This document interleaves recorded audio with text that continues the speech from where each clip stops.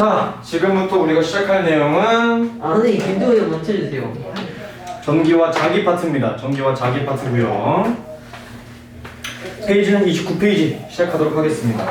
자, 우리가 여기서 이제 배우고자 하는 내용은 전기에 대한 내용과 자기, 즉 자석에 대한 내용을 공부를 해보자라는 거예요.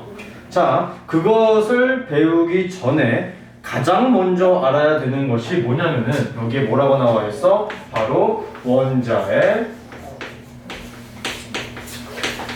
구조 라고 나와 있죠.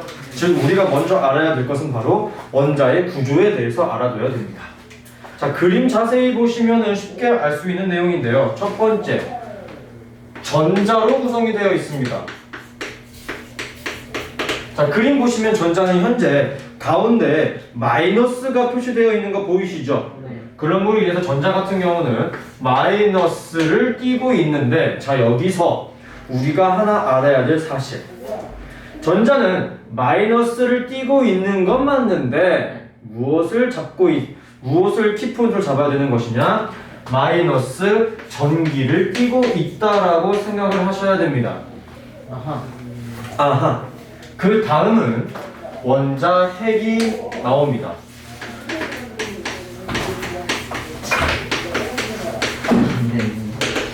자, 현재 원자핵 보시게 되면은 정 가운데에 떡하니 앉아 있고요.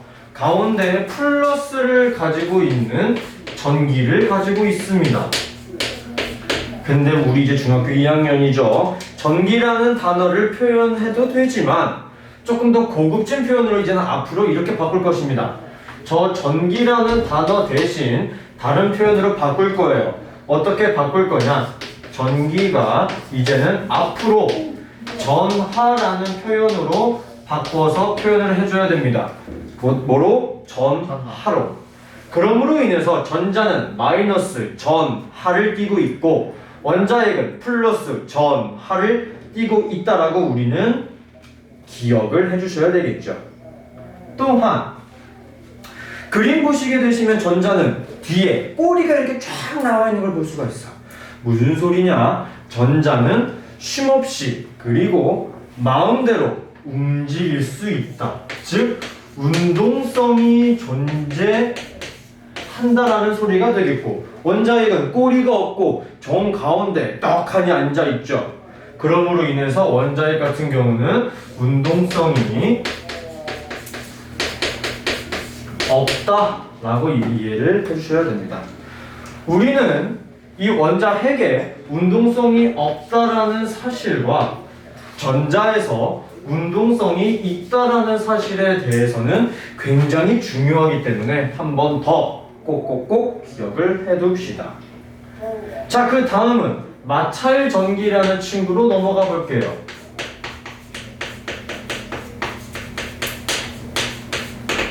자, 우리가 전자 제품을 사용할 때는 콘센트에다가 코드를 딱 꽂고 나면은 벽에서 흘러나오는 그 콘센트로 흐르는 전류가 전선을 타고 흘러서 전자 제품으로 흘러 들어가게 됩니다. 그 전기를 이용해서 전자 제품은 뭐 여러 가지 활동을 할 수 있게 되는 것이겠죠. 하지만 이 마찰 전기라는 것은 뭐냐면은 마찰에 의해, 원래는 전기가 없었어. 오케이? 원래는 전기, 즉 전하가 없던 물체가 무엇을 통하여? 마찰을 통하여 전하를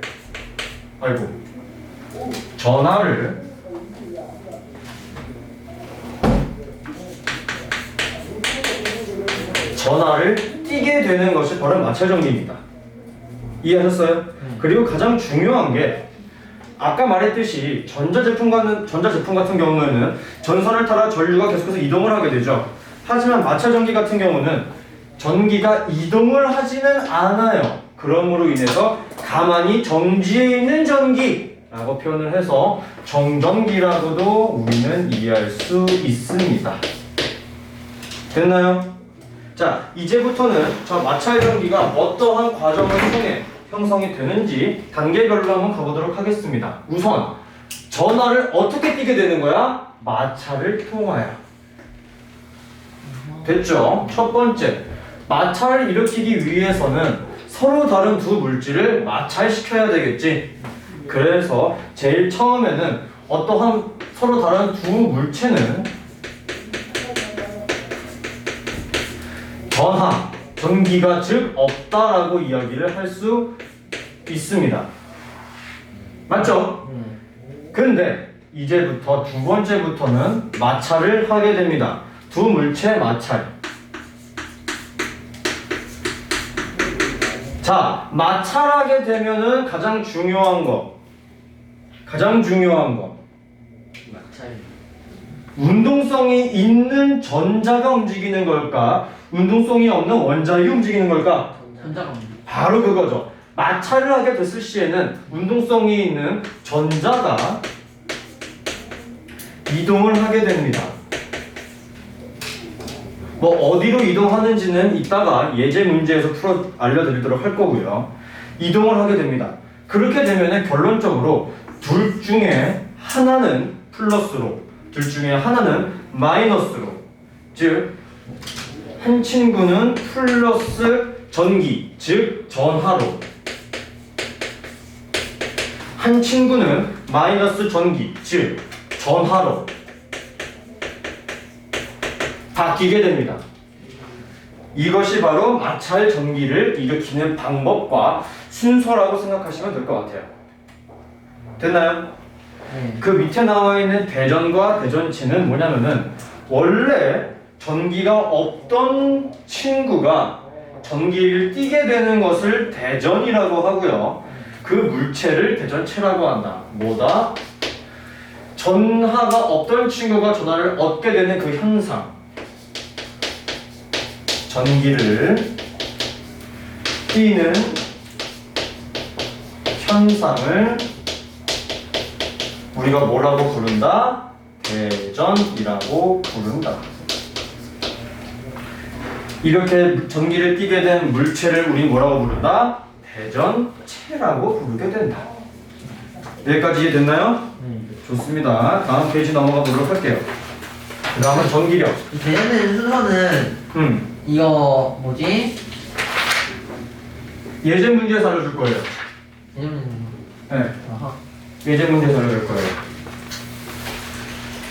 자, 그 다음은 전기력입니다. 자, 전기력.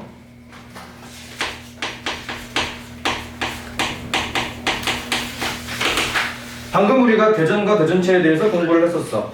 대전과 대전체에서 물체 사이에 작용하는 힘을 우리가 전기력이라고 합니다. 즉, 대전체 사이에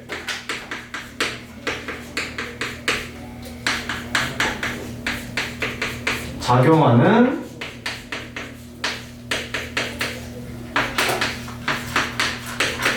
힘을 우리는 전기력이라고 부르게 됩니다. 나는 이거 보통 어떻게 수업을 하게 되냐면은 첫 번째, 전기력에서 등장하는 첫 번째 힘은 바로 인력이에요. 우리가 인력을 보통 어디서 제일 처음 보게 되냐면은 자석에서 제일 처음 보게 됩니다. 바로 맞지. 자, 인력은 서로 끌어당기는 힘이고요. 자석에서 끌어당기려면 어떻게 돼야 되느냐? N극과 S극 혹은 S극과 N극이 작용하게 됩니다.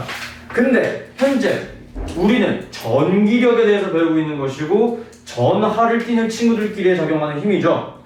전하에는 플러스 전하와 마이너스 전하가 있습니다. 그러므로 인해서 인력은 우리는 이렇게 얘기할 수 있지. 바로 서로 다른 극. 그러면은 전기력, 즉 전하를 띠고 있는 사이에서 서로 다른 극이 되려면은 자연스럽게 플러스와 마이너스 혹은 마이너스와 플러스 사이에서 작용하는 힘이 바로 인력이겠죠. 질문!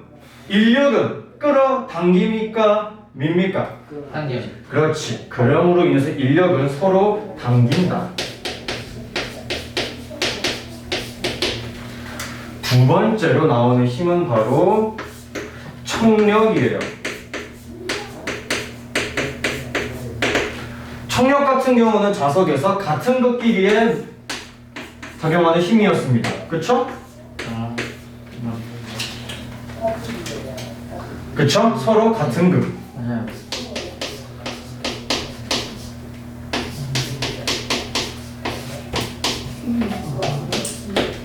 마찬가지로 전기력에서는 그러면 서로 같은 극인 플러스와 플러스 혹은 마이너스와 마이너스 사이에서 서로 밀어내는 거야, 당기는 거야? 밀어내는 힘.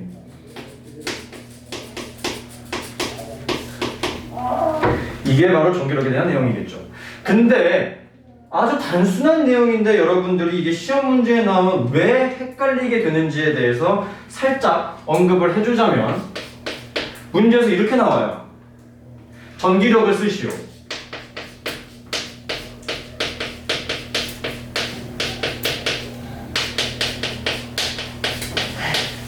이렇게 나오게 됐을 때 여러분들이 헷갈립니다. 전기력을 뭘 써야 되는 거지? 아니 인력과 총력은 알겠는데 전기력은 뭐지?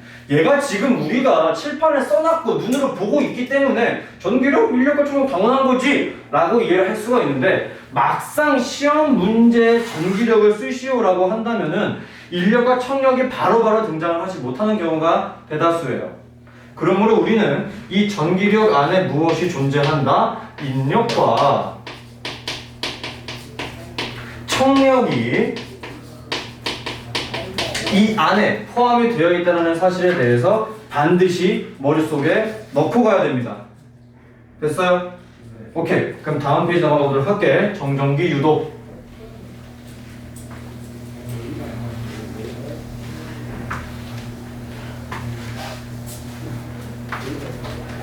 자, 정전기 유도는 내가 쉽게 설명하면 이런 겁니다.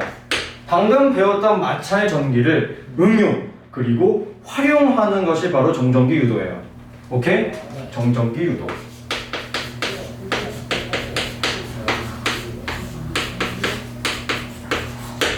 마찰 전기를 활용 혹은 응용을 하는 것이 정전기 유도다. 근데 우리가 반드시 기억해야 되는 것, 정전기 유도에서 가장 중요한 단어 두 가지가 등장합니다. 여러분들 밑줄을 꼭 쳐주셔야 되는 부분이고요. 바로 금속과 그리고 끝이라는 단어는 밑줄 혹은 별표라도 꼭 쳐주세요. 자, 그 이유에 대해서 설명을 해줄게. 정전기 유도 현상에서 금속이 굉장히 중요한 이유는 바로 금속에는 쉽게 이동할 수 있는 전자들 중에서도 마음껏 돌아다닐 수 있는 굉장히 자유로운 전자들을 우리가 자유전자라고 부릅니다. 자유전자가 굉장히 많이 포함이 되어 있기 때문에 우리가 금속을 해야 된다는 겁니다. 됐죠? 자, 그래서 정전기 유도에서 첫 번째 케이스, 이렇게 금속 물질이 존재합니다. 그럴 때 오른쪽으로 플러스 대전체가 다가왔다면 대전체랑 가까이 있는 쪽은 전기력 중에서 인력의 영향을 받아서 마이너스가 가까이 모이게 되겠죠. 왜? 마이너스와 플러스 사이에는 인력이 작용하니까. 그치? 인력이 작용하니까.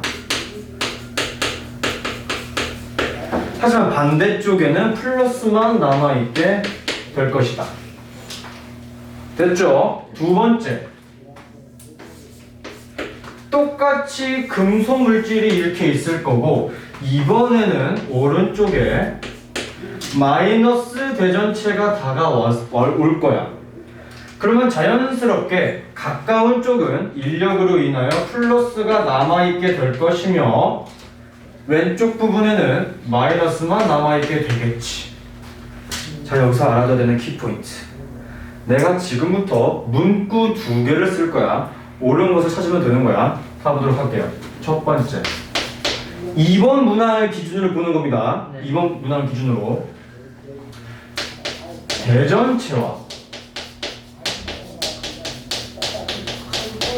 인력으로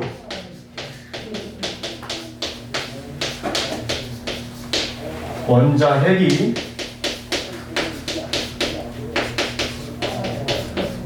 이동했다.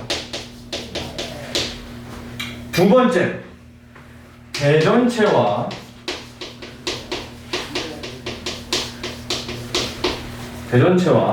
청력으로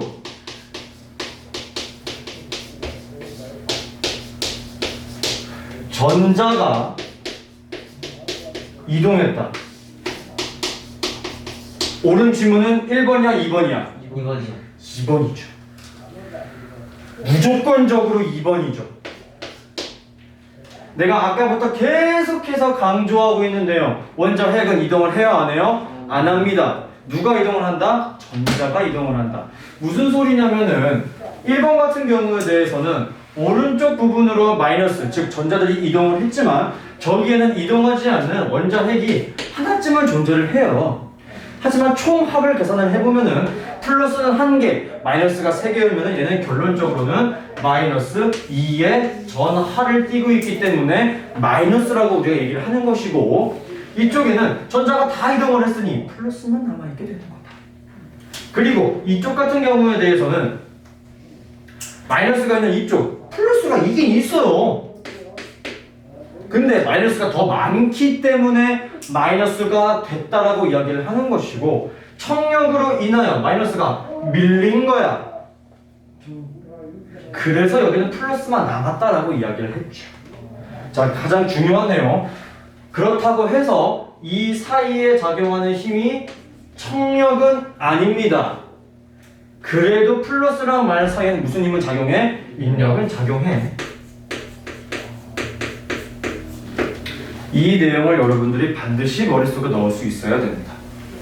됐죠? 그래서 그 밑에 나와 있는 내용, 유도되는 전하의 종류가 바로 대전체와 가까이 있는 부분은 다 반대로 대전이 되었지만 먼 쪽은 대전체와 같은 극으로 대전이 되었죠? 이것도 하나 기억을 해주셔야 됩니다. 오, 진짜네. 자, 그 다음은 검정기예요.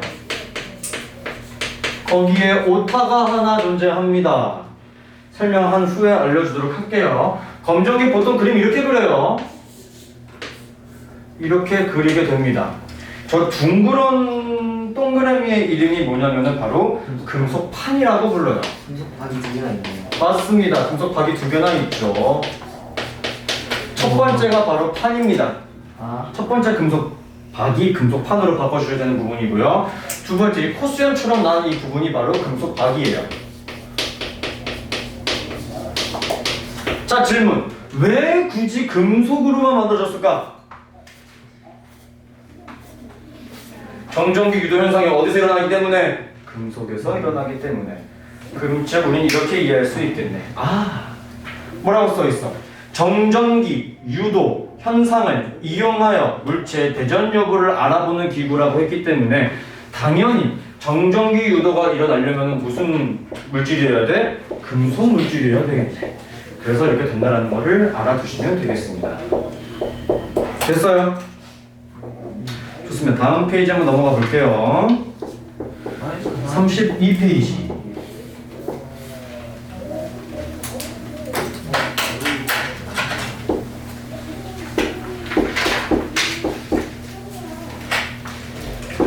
검전기의 원리.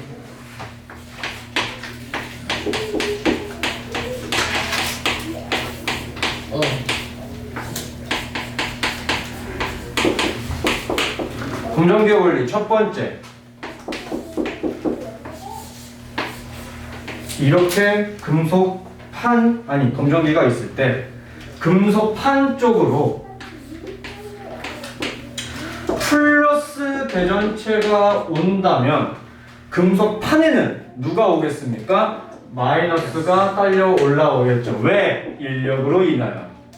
하지만 금속박에는 뭐만 남게 되는 거야? 플러스만 남게 되는 거야. 그러므로 인해서 이 사이에는 무슨 힘이 작용합니까? 청력. 그렇지. 청력이 작용하면 저 금속박은 어떻게 됩니까? 멀어진다.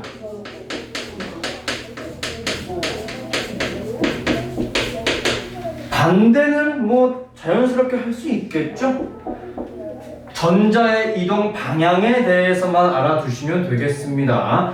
1번 플러스 대전체가 왔을 시에는 아래쪽에서 위쪽으로 즉 금속박에서 금속판으로 전자가 이동을 했고 마이너스 자전체가 온다면 금속판에서 금속박으로 전자가 이동을 했을 것이다 라는 거 알아두시면 되겠습니다.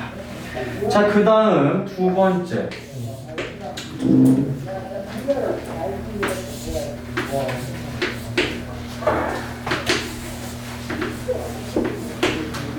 검정을 두 개를 그렸어요. 뭐냐? 마이너스가 3개 있는 대전체가 왔어. 그리고 여기에는 마이너스가 6개가 있는 대전체가 왔어. 그러면은 얘가 가질 수 있는 힘은 마이너스 3이고 얘가 가질 수 있는 힘은 마이너스 6이죠. 얘가 훨씬 더 힘이 세죠. 그러므로 인하여 얘는 전자가 3개 밀리겠죠. 하지만 얘는 전자가 6개 밀리겠지. 그러면 자연스럽게 얘가 더 많이 벌어지게 되겠죠. 굉장히 사람같이 그려버렸네. 이렇게 된다는 거 알아두시면 되겠습니다. 이해하셨어요? 네. 자, 세 번째 나와 있는 물체에 대는 전하의 종류 같은 경우는 뒤에 예제 문제로 설명을 해드릴 거고요. 그 다음에 나와 있는 마찰 전기와 정전기 유도에 의한 현상 한번 설명하고 수업 마치도록 하겠습니다. 뭐냐? 마찰 전기와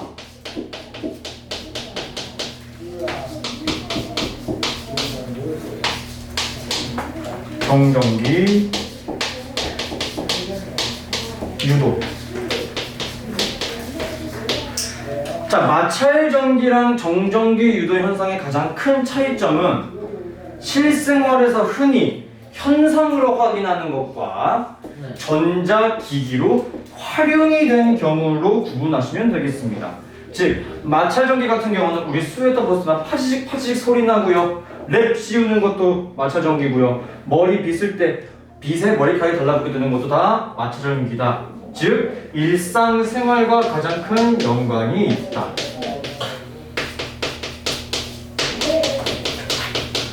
하지만 정전기 유도 현상 같은 경우에는 전자 제품으로